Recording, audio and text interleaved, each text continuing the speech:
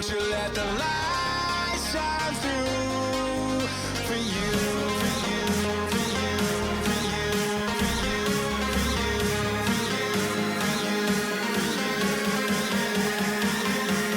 won't you let the light shine through?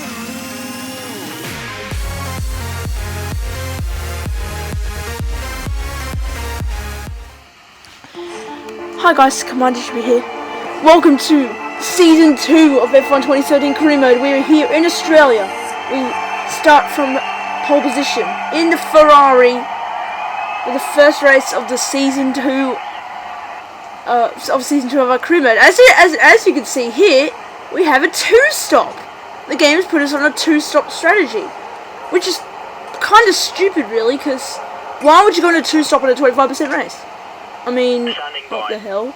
But anyway, here we are out on track. I decided to cut out the pre-stuff because I want to make it quick. And here we are out on track for the Australian Grand Prix. It's your home Grand Prix, but treat it like any other race. Don't take unnecessary risks.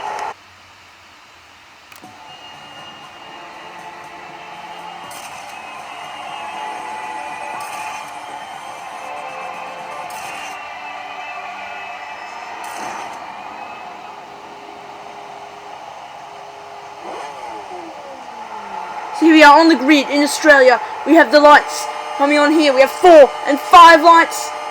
And so away we go in Australia for the first race of Season 2. And we get a decent start, but Sebastian Vettel's got a better start. And he's coming on the inside into turn 1. Vettel has got the position, but oh, we almost hit Vettel there. And we're back at the P1 now, as we lead down towards turn 3. Sebastian Vettel is behind us now, down towards turn 3 now. What can we do? Into turn 3, we're just going to keep the lead on lap 1 of 15. So, hopefully, we can win this race as we're in a better car, a faster team, and a top team now. So here we go, starting lap 2 of this Grand Prix, because we led the whole first lap. Here we go, Sebastian Vettel's challenging us down towards turn 1, and Alonso's coming on the outside now, down towards turn 1. Can Alonso take the position for Sebastian Vettel now, down into turn 1? Yes, he can. Alonso takes second place. It's now a Ferrari 1-2, as now Alonso's trying to challenge me on the outside, down towards turn 3. What can he do now? And it's on the replay, you can see Alonso went round the outside of Sebastian Vettel, and Fernando Alonso is now challenging me as I went wide at turn 1, and Alonso coming to the outside, surely. As I defend the inside line, Alonso coming to the outside now, down towards turn 3. We hold the inside line, and we keep P1 on lap 2 of 15. Now into turn 4. We're sliding all over the place now. Sebastian Vettel's right at the back of us. Who's that in 4th place there, just cheekily joined the battle? Fernando Alonso is still behind us. He's really was his position. But of course, remember Fernando, we're teammates, so you've got to be careful. Here we go, down to turn 13, where lap 3 is our pit stop lap, which is really stupid. This is probably the worst pit strategy I've ever seen in this game. But lap 3 was my first pit stop. I had to follow it, unfortunately, because otherwise, yeah, I just had to, because the stupid game just put me on the shitty strategy. But anyway, here we go into the pits for our first pit stop, changing to primes, and here we go. It's a decent pit stop. No, it's not a decent pit stop. We've been held in the pits by the Mercedes, Sauber, Lotus, and Red Bull. So 5.7 seconds is the pit stop. So we go up behind Sebastian Vettel. That is absolutely terrible there, that we got held in the pit stops. But here we go, behind Sebastian Vettel. And here we go, what can we go on the pits? Is that Marussia there? And here comes Guido van der Garde round the outside now of Sebastian Vettel. And van der Garde gets a position ahead of Sebastian Vettel. That's very interesting. But here we go, checking retirement, Mark Webber. Oh, that's a shame. That's a shame. He retires in his home race, Mark Webber, but that's a real shame. Here we go, challenging Sebastian Vettel up the inside into turn 3. We can get Sebastian Vettel into turn 3. We almost hit Guido van der Garde in the Caterham, but now we're into 11th place on lap 4. As Guido van der Garde in the points at the moment in P10. This is very, very interesting.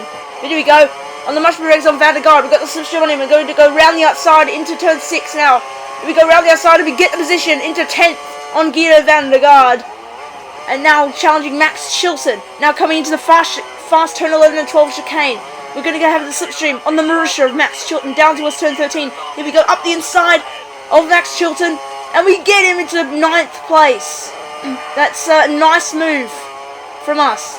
But now moving on to lap 4, on the beginning of lap 5, here in Australia, where people are in their pit stop still. What can we do? We can get out ahead of Gutierrez, who's back in the Sauber. But here we go, there's Grosjean, and get out ahead of Romain Grosjean. That's crucial for us, actually, because that's good. And Grosjean, now Chilton, Max Chilton is in P4 at the moment, but of course Sebastian Vettel just took it back. But here we go, with Lewis Hamilton in front of us now in 2nd place. Here we go.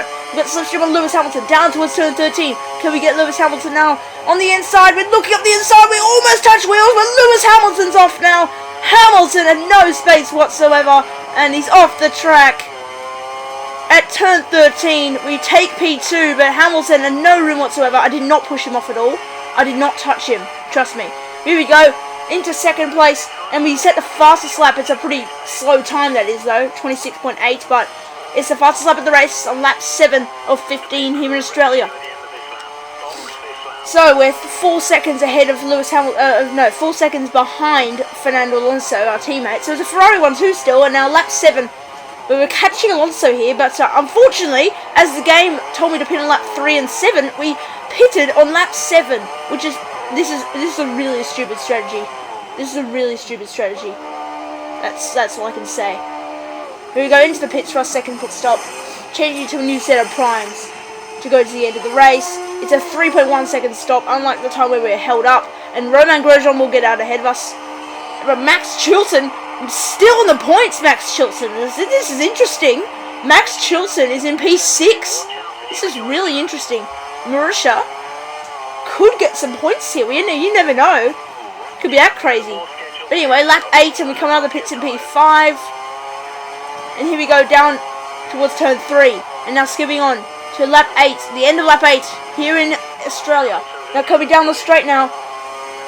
And starting lap 9 of this Australian Grand Prix. There's Fernando Alonso on the right hand side there. Can we get ahead of Fernando Alonso? No, we can't. But here we go, the much better exit now. And we slip through on Fernando Alonso. We get past our teammate Fernando Alonso into P4. And that's a crucial move. We get out ahead of our teammate. And that could be P1 for us. So lap 9 of 15 here in Australia. And there's the replay of me getting past Fernando Alonso. So it's a pretty good fight with our teammates so far in the first race for Ferrari. Here we go.